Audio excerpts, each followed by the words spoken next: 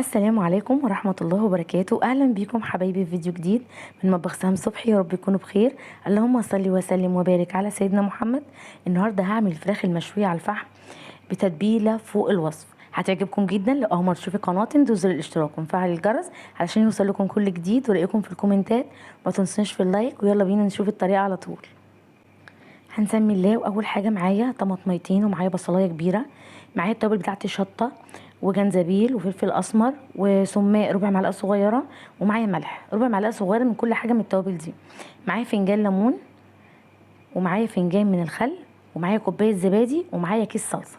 دي كل التوابل اللي هنعمل بيها التتبيله بتاعتي.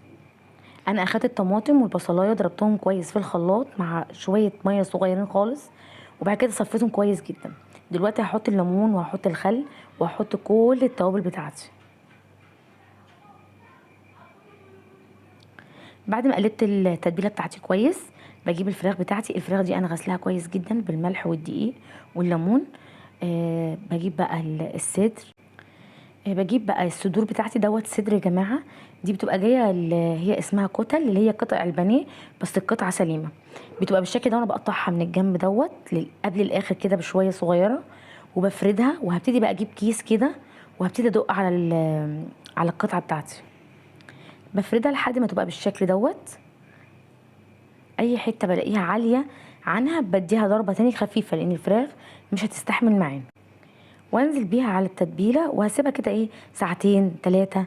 يعني مش بتقعد كتير. انا جهزت بقى الفحم بتاعي ورصصت الفراخ بتاعتي.